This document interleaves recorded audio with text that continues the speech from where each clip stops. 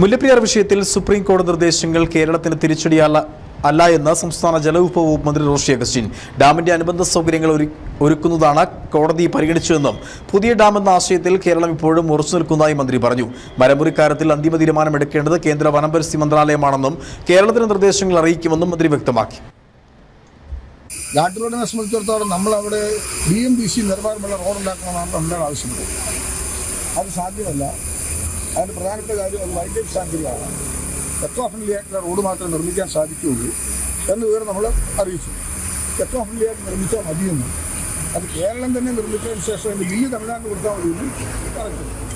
ആ റോഡ് നമ്മൾ ഉപയോഗിക്കുന്നതാണ്. അപ്പോൾ അതിനകത്തും വേറെ പ്രശ്നങ്ങളൊന്നും വന്നിട്ടില്ല. നമ്മൾ ഇന്നും തമിഴ്നാടുമായി ഇത്തരം കാര്യങ്ങളിൽ ഒരിക്കലും എതിരഭിപ്രായങ്ങൾക്കില്ല. തമിഴ്നാടിന് ആവശ്യമായ ജലലഭ്യത ഉറപ്പുവരുത്തിക്കൊണ്ട് തന്നെ ഒരു സേഫ്റ്റി കൺസേണിൽ ഒരു പുതിയ ഡാം ഉണ്ടാകുക എന്നുള്ള സംസ്ഥാനത്തിൻ്റെ താല്പര്യം എന്നും ആവർത്തിച്ച സുപ്രീം കോടതിയെയും സൂപ്പർവിഷൻ കമ്മിറ്റിയെയും തമിഴ്നാടിനെ നമ്മൾ അറിയിക്കുന്നുണ്ട്.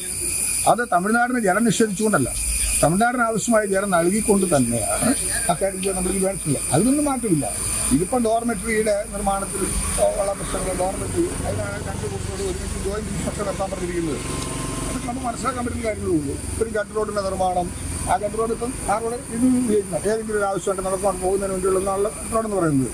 അപ്പോൾ അത് എക്കോ ഫ്രണ്ട്ലി ആയിട്ട് ചെയ്താൽ മതി. പിന്നെ എന്താ, നമ്മുടെ ഉദ്യോഗസ്ഥനെ പാടില്ല എന്നായിരുന്നു തമിഴ്നാട് പറഞ്ഞത്, ഇതിലെ സൂപ്പർവിഷൻ. പക്ഷേ നമ്മുടെ ഉദ്യോഗസ്ഥൻ്റെ സാന്നിധ്യം മതി എന്ന് കോടതി പറഞ്ഞു. കേരളത്തിലെ ഉദ്യോഗസ്ഥൻ്റെ സാന്നിധ്യം നടത്തിയാൽ മതി എന്ന് പറഞ്ഞു.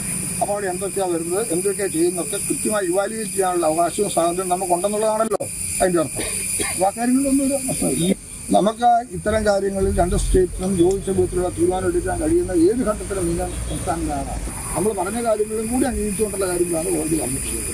അതിൽ മരമുറിയുടെ കേസിൽ നമുക്ക് നേരിട്ട് നിർദ്ദേശം കൊടുക്കാനായിട്ട് അവകാശം ലഭിച്ചില്ല. അത് പരിവേഷത്തിൽ ആപ്ലിക്കേഷൻ കൊടുത്തു കഴിയുമ്പം സ്റ്റേറ്റ് അതിനാവശ്യമായിട്ടുള്ള കാര്യങ്ങൾ രണ്ടാഴ്ചക്കകം തീരുമാനമെടുത്ത് കേന്ദ്ര പരിസ്ഥിതി മന്ത്രാലയത്തെ അറിയിക്കണം എന്നുള്ളത് മാത്രമാണ് സുപ്രീം കോടതി പറഞ്ഞിട്ടുള്ളത്. അതിൽ പറഞ്ഞിട്ടുള്ളത് അതിൽ എന്താണ് നമ്മുടെ വ്യൂ എന്ന് നമുക്ക് കുറേക്കൂടി ഗഹനമായി പഠിക്കാനും കാര്യങ്ങൾ മനസ്സിലാക്കാനും സാഹചര്യമുണ്ട്. അത് മനസ്സിലാക്കിയതിന് ശേഷം കേന്ദ്ര ഗവൺമെൻറ്റിന്